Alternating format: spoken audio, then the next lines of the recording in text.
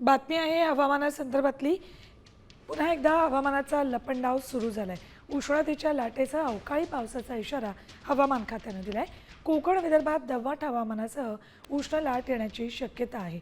तर दुसरीकडे पश्चिम महाराष्ट्रासह कोकण मराठवाड्याच्या काही जिल्ह्यात वादळी वाऱ्यासह पाऊस आणि गारपिटीची शक्यता आहे।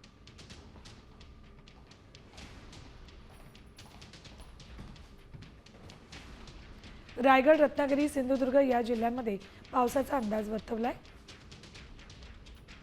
अहिल्यानगर, पुणे, सोलापूर या जिल्ह्यातही पाऊस बरसण्याची शक्यता आहे। बीड, धाराशिव, लातूरमध्येही हवामान खात्यानं पाऊस कोसळणार असल्याचा अंदाज वर्तवलाय। तर पुणे, सातारा, सांगलीतही भर उन्हाळ्यात पावसाचा अंदाज वर्तवलाय आणि रायगड, रत्नागिरी, सिंधुदुर्ग या जिल्ह्यांनाही पावसाचा इशारा देण्यात आलाय।